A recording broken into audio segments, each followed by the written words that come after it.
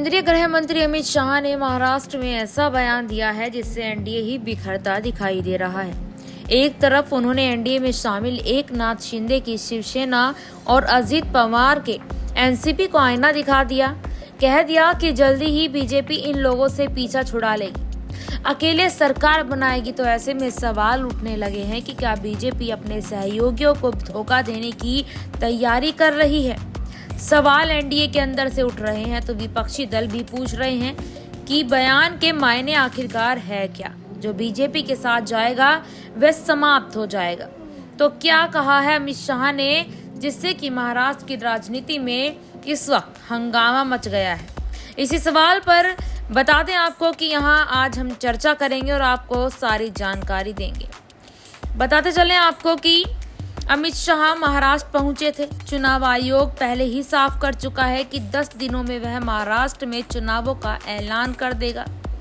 ऐसे में शाह का यह दौरा चुनाव की तैयारियों से ही जुड़ा था और शाह ने अपने दौरे में मुंबई, ठाणे और कोंकर सहित तमाम क्षेत्रों के कार्यकर्ताओं से मुलाकात की और समीक्षा बैठक की। इस दौरान अमित शाह ने विधानसभा चुनाव में जीत का दावा करते हुए कह दिया कि बीजेपी महाराष्ट्र में आत्मनिर्भर बनेगी और 2029 में अकेले दम पर पूर्ण बहुमत की सरकार बनाएगी। अब अमित शाह के इस बयान से एनडीए में मच गई खलबली। सवाल पूछे जा रहे हैं कि क्या विधानसभा चुनावों के बाद बीजेपी अपने सहयोगियों यानी कि एकनाथ शिंदे, अजित पवार को धोखा देने की तैयारी कर रही है।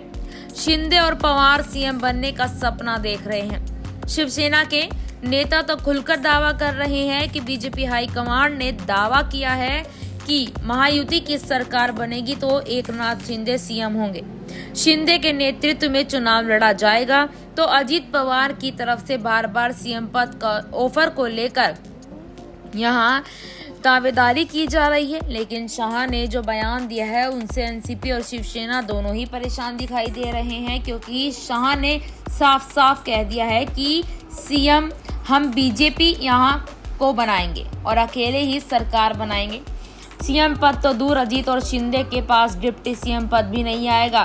तो पहला सवाल तो यही पूछा जा रहा है कि अगर महाराष्ट्र में एनडीए नेतृत्व चुनाव जीत जाएगा, वैसे इस बात की संभावना बेहद कम है, तो भी अगर ऐसा हो जाता है, फिर भी कोई उलटफेर हो जाता है और महाराष्ट्र में एनडीए को बहुमत मिल भी जाता है, तो क्या बीजेपी सीएम पद सहयोगी दल को दे देगी?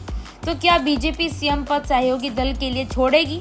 बीजेपी के नेता तो पहले से ही दावा कर रहे हैं कि इस बार सीएम देवेंद्र फडणवीस बनेंगे, हम इस बार सीएम पद नहीं छोड़ेंगे। तो क्या अजीत पवार के एनसीपी और एकनाथ शिंदे की शिवसेना का चुनाव के बाद बीजेपी में विलय हो जाएगा, या फिर जो काम शरद पवार और उद्धव ठाकरे के साथ बीजेपी ने पिछले 2-2.5 साल पहले किया था, वही काम विधानसभा चुनाव के बाद एकनाथ शिंदे और अजीत पवार के साथ होगा। यानी कि इनके दलों में टूट होगी। जो लोग बगावत करेंगे वह या तो बाद में बीजेपी में शामिल हो जाएंगे या फिर अलग दल बना लेंगे। बता दें आपको, वैसे ही इस बार देखा जा रहा है कि मध्य प्रदेश का जब चुनाव था, छत्तीसगढ़ का विधानसभा चुनाव था, राजस्थान का विधानसभा चुनाव था, एक तरफ शिवराज सिंह चौहान, एक तरफ वसुंधरा राजे और एक तरफ देखा गया था कि कहीं ना कहीं छत्तीसगढ़ में भी सीएम चेहरा बदल दिया था।